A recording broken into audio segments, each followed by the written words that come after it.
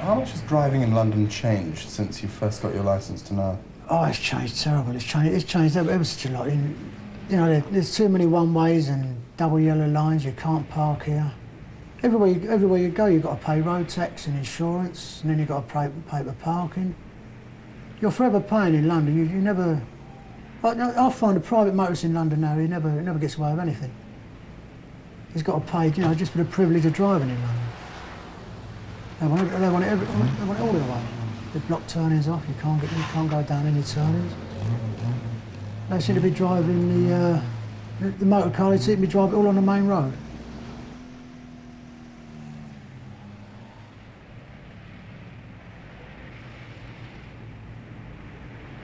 I used to know Barnsbury well, but now since they've put these one-way turnings up and block turnings off and the width restrictions, I find I get lost around it.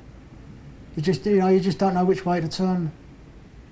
Now, you know where you want to get to, and you know how to get there, but there's so many one-way turns and no entries that in the end you're just going around in circles and you're just sort of figuring out how to get there in the end. And I find this is dangerous for driving anyway, because you're concentrating so much on one-way turnings and you know, the yellow lines, you're just not concentrating on your driving properly. Of course, they want to keep the motorists out of London because nobody's using the transport, public transport. And nobody wants to use it because the fares are going up too high. And half the people just can't afford to use it anyway. So if they can keep all the private motorists out of London, they're forcing them to go onto the transport. Well, as you come into Copenhagen Street from Liverpool Road, then they've got an automatic no entry sign that lights up at night. So you have to go around the block, all around the corners, and to the Caledonian Road end of Copenhagen Street, and they've got another one there. So both ends of Copenhagen Street have got no entry. But you know, it just doesn't make sense to me. So it doesn't matter which way. If you come into Copenhagen Street in the centre, then it doesn't matter which way you turn, you're going to be breaking the law. To me, this doesn't make any sense at all. One of the architects of Ted Seville's frustrations is Mr. Newbrook, a senior planner with Islington Council. This part of the traffic management scheme, which is aimed at cutting down through traffic, which goes through Barnsbury. Barnsbury is mainly a residential area. We find that there's a lot of traffic which goes through unnecessarily. And the intention is to make life difficult for those people who try to use it as a shortcut.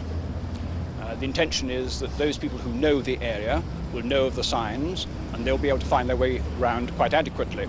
But those people who are using the street as a shortcut will come to the no entry sign, will then have to take quite a circuitous route to get to the other side. Most of the people who go through do it quite regularly. They're not people doing it casually just once in a while. And it's those people who one is really aiming at. Those people who use it regularly as a rat run, one is discouraging them from doing it. But what happens if you live halfway down Copenhagen Street and you want to come back at night? How do you get there? Well, there's a way around each side, obviously. The difficulty is that you can not get there as quickly as you could have done if you went straight across traffic lights, as in this particular case here.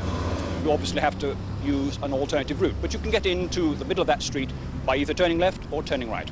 So if somebody has friends from out of London visiting them for a party or dinner or whatever, they're hardly likely to be able to decipher that, are they? They find no entry one end and no entry another. Yes, that's a fair comment. Obviously, those people who can be put on warning, that's no problem.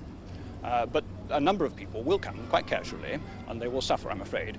It's part of the benefit, it's part of the disadvantage, really, of getting the overall benefit is that some people, I'm afraid, are going to suffer.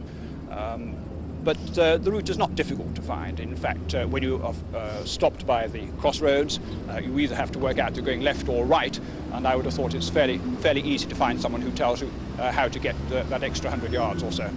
Well, talking of the overall scheme, there are a large number of roads blocked off in the Barnsbury area, and also in the Balls Pond area. Now, if you cut off the back doubles and the back turnings, are you not merely forcing more traffic onto an already congested main road? Well, that is the whole intention, is to force people to use the main roads where it is possible. Now, obviously, one doesn't do that when there isn't the capacity on the main roads. But you'll notice that these lights, for instance, are lights which light up at night, are signs which light up at night.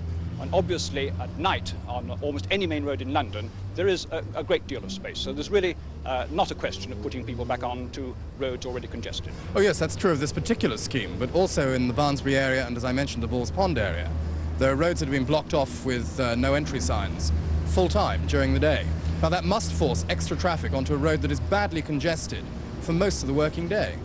It forces traffic onto the main roads, yes.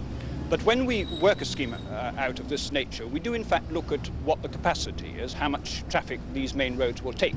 What one tries to do is to put up enough no entry signs, first of all to stop the traffic going right through the area, and secondly, not to be so much that it makes the peripheral roads, the roads around the edge, absolutely unusable. So you try and balance the two. But anyone who knows this area has known tailbacks from the Angel traffic lights down towards King's Cross Station of as long as a mile, sometimes in the middle of the day. Now that road is badly congested. Surely it makes no sense to force more traffic back onto it. You're quite right, but I'm not talking about those main roads. Those main roads are congested, I take your point.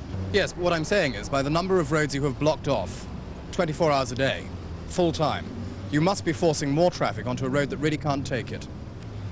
We are to a certain extent, yes, but I think it's fairly marginal. It varies from part of the area to part of the area.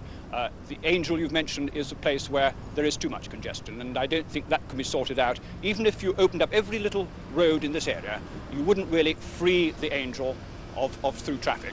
Isn't there an argument that if you just ignored traffic management schemes, that the locals would benefit from the back doubles that they have from local knowledge, that major traffic which didn't know the area would go through the main roads anyway, and there'd be less congestion as a result on all the roads concerned? I think you'd be right if you assume that those people who use the main roads use it casually. But one knows that the most of the people who use the main roads in fact do it day in, day out. And they are the people who know the back doubles. And so they're the people who in fact cause the through traffic in such areas as Barnsbury, the residential areas. So I think the answer is you would get a fair amount of traffic on the main roads, but when the main roads become congested, everyone will spill into the residential areas. When a motorist can see that he can get from A to B in 500 yards and is forced to take a 2-mile route, do you not think he has a right to feel harassed? He would do, but I don't think you'll find an extreme case like that. Obviously, motorists do have to take much longer routes to go from one place to another, and you do get the example where you can see your destination and you can't get there directly. But I think you exaggerate the problem.